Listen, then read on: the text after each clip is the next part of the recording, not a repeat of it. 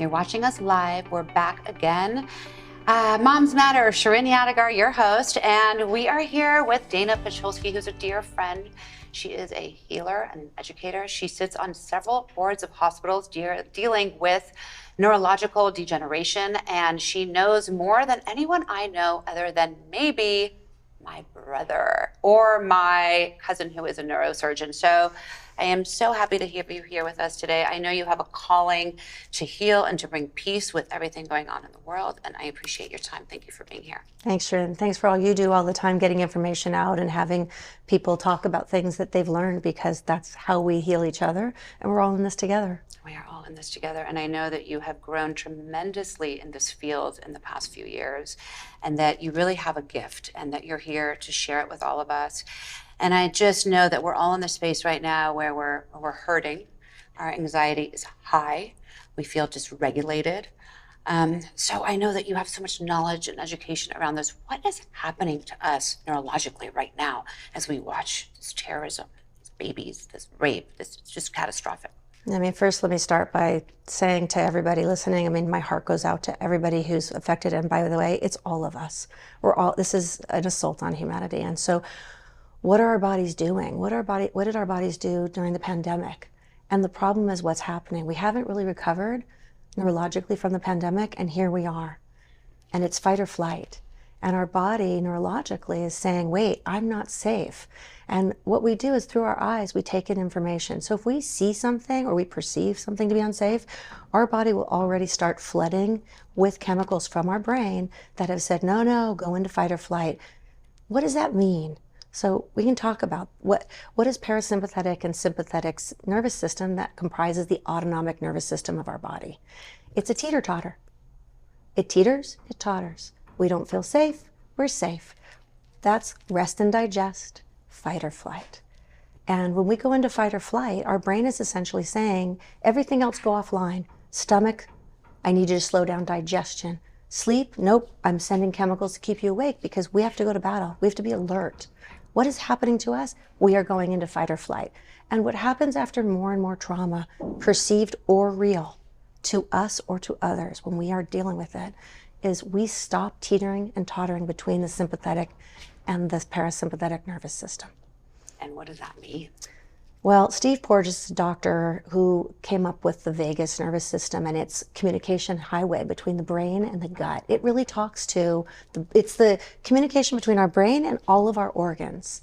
And so what happens when your vagus nervous system is not working? It means communication is shut down between our different organs. Our body is not working hard. It's the body burden theory. Our body can only handle so much. Right. So what does it do? It starts shutting things down and reallocating resources. Which is extremely dangerous because it can make us really sick. It's definitely the precursor, and it's a breeding ground for things. When things aren't working properly, it can't hold that space inside. Everything's not doing what it's supposed to do by design. Right, so like when you have young children or older children who are watching these images and coming home and having terrible stomach aches, terrible headaches, they don't feel right. So we shouldn't just discount this and say, take 2 Advil, you'll be okay. I mean, how are we supposed to address these issues? This is one of the most important questions you can bring up, Shirin, because what do we do to help our children and help ourselves when our body is telling us, I have hit my overload. My overload could be a headache. My overload can be a stomach ache. My overload could be complete dysregulation. But they need to be heard, and they need to know that they're being seen, because if you just brush it off, if you just try to throw medicine at it, their body knows it wasn't her. So what you said is what we can do as parents all the time. And how we can reset our nervous system is actually resetting our brain. The brain listens. It listens to our body. It tells us, wait, I hit overload, let me give you a signal that I can't handle all this. Right. And then it will repeat that signal and repeat that signal. And the signal gets louder and louder and louder until we show up at the doctor. And then what's worse, it's not a true diagnosable illness. And then what? Our child doesn't feel heard. Our body doesn't feel heard, whether it's an adult or a child. Right. So when you're saying, when you're feeling this way as an adult, or if your child is feeling this way, validate these feelings. And then what do we do? How do we help ourselves? I mean, how do we help our children? I feel it. My body is so tense right now. I feel like every time I watch something, I feel like I'm going to vomit. And that's really the great challenge that we're all dealing with right now when we're seeing these pictures inadvertently or looking for them, which it's something that we are drawn to, right? We've seen it, so now we want to go back and see more. Right. That's actually our brain sending a message saying, I want to keep you safe, so you need to know what's going on. Keep looking. But while you keep looking, your body can't handle, and it's shutting down. So what can we do? Right. We can walk barefoot on the grass, right? That's grounding. They've already proven that it sends electrical currents up through our body and helps us reset. Right. The fastest way is to close our eyes. Close our eyes. Just let everything calm down. These are easy for adults, right? Sure. Some of the easier things for kids are different breathing exercises. So get them to do what the Navy SEALs do. How do they calm their body when they are ready to, they need to be calm and they can't handle what's going on? They've taught them the 4-7-8 breathing method. So 4 in through your nose, hold for 7, and exhale out of your mouth for 8. And how many times are you supposed to do this? You will know. The best part is our bodies are listening.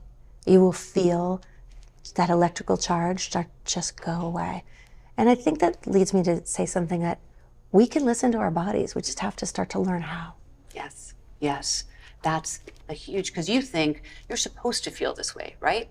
You think that when tensions are running high and when you're watching these terrible images, you're supposed to feel this way. But what you're saying is no. You can change your thoughts that will change the way your body's feeling, right? Right, because we're watching images from across the world, but our bodies are taking it as a personal assault. We think that this fear is real and it's imminent and it's right at our door. Right. It's not at our door. Right. We're not there, right. But our body wants to process it to keep us safe. That's our body's job. It's our brain's job.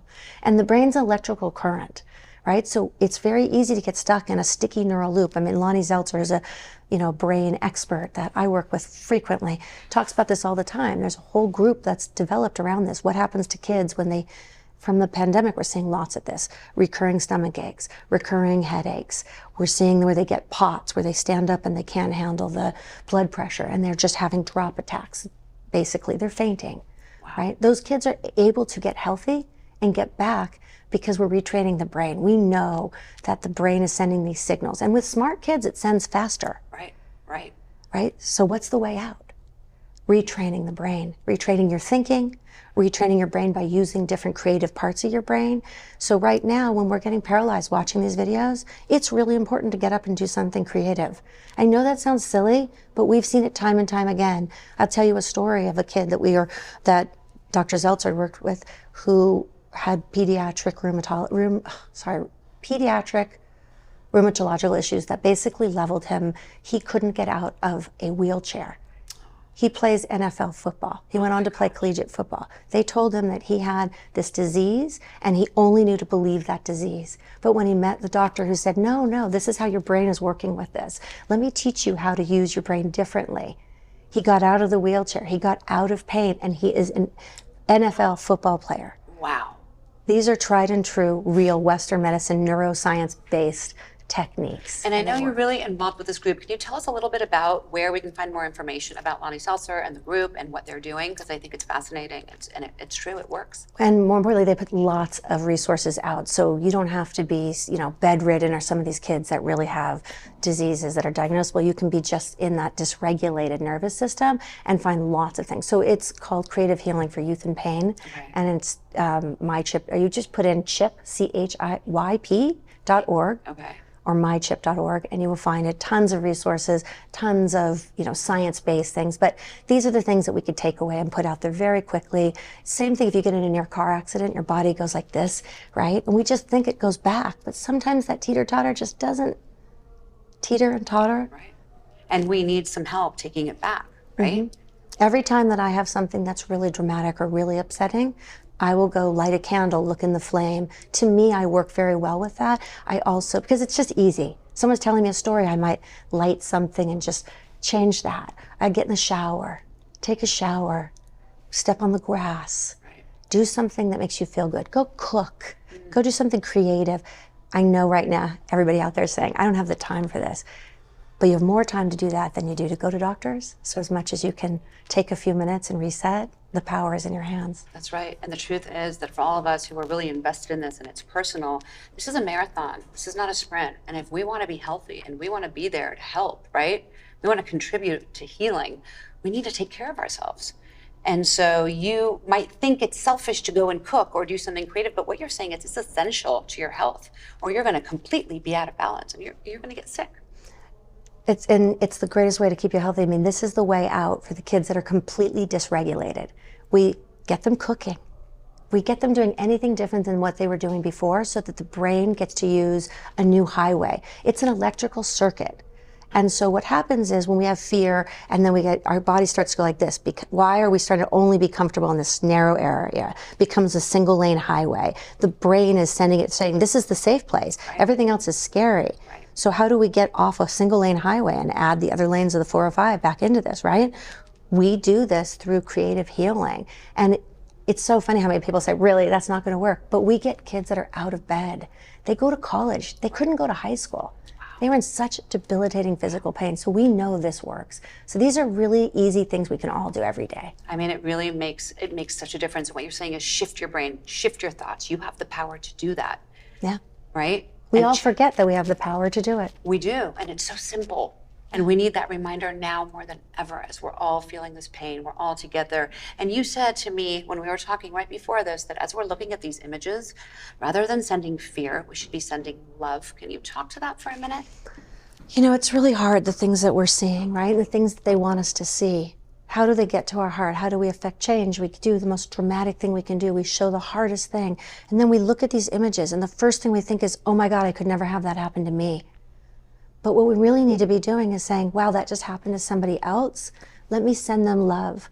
Let me send them healing. They are having a hard time, loss of life, loss of limbs, loss of, everything. I mean, life in Israel is not, what we're doing right here. So remembering that we can send love out, we don't have to turn it into us. It's really important right now that we remember that we are safe. And our brain listens to the words, I am here now, and reminds us that we're not in whatever we're watching. Another thing is, I am safe. And I know, again, people will say, yeah, my body's not going to believe it. You just say it. Yes. And you'll know. Right. You will see the changes. If you start to do these exercises, you have the power to change how your body is taking in these things. And we all need love right now. Yeah. We all need healing, and we need to know we're together. Yeah. I mean, and what you're saying is just so valid, that your brain controls your body. You control your thoughts. And we need to keep saying this to our kids who are in college, who are away from us, who are not with us right now, right? Right. We need to keep sharing these messages with them. And you just talked about the Navy SEAL breathing. I would love, Dana, if you could lead us right now in this, because I want everyone to be able to share this with their kids, do it with themselves. I mean, you can just stop and pause in the middle of all this craziness and bring yourself some sanity. Well, I think even for those that are watching us live and those who are watching the recording, yes, you'll sense a difference when we just close our eyes and just take a breath. Take a breath in through your nose. Follow your breath down your throat. Your brain's going to want to tell you things, and right now we're just following that breath up, in, and down the throat. We just pay attention to our breath. Any type of breathing exercise from here is great. That's a simple thing you can do at a stoplight. You can do it anywhere, just for a second. Then if you want to do the Navy SEAL, so we're going to do 4 in through our nose, hold for 7, and we're going to release for 8. Are you okay? Let's do it. So go in for 4, holding for 7, and release for 8. I like it out of the mouth for this exercise. Another thing is, when I'm hearing information, I tend to just blow air out of my mouth. It's an innate thing I now do because of everything I've been through in life. You'll see me just constantly like, and I think I'm doing that because so much of what I'm seeing is not mine. And so I'm just exhaling. As opposed to holding our breath. We don't realize how often we hold our breath yes, when something's happening. Yes, so true. And you're just releasing it. Yeah. and letting it go. And this simple shift can make such a difference, especially now, always, but especially now as tensions are high and anxiety is high. I so appreciate you being here, Dana. I know how busy you are. I know how much you're doing. And I know that you felt this calling to come today and share your gift with us and just bring more peace and healing and love to the world. Well, thank you for the platform that you create for all of us to come. And really, we're in this together. And that's what we need to remember. We are never alone. We always have somebody out there. We just have to get out of our own way. Yes, 100%. Thank you so much for having me. Thank you so much for being Love here. you. And you're amazing. You're an amazing person. We need more Danas in our lives. Thank you, everybody, for watching. We'll see you next time on Moms Matter. Thank you.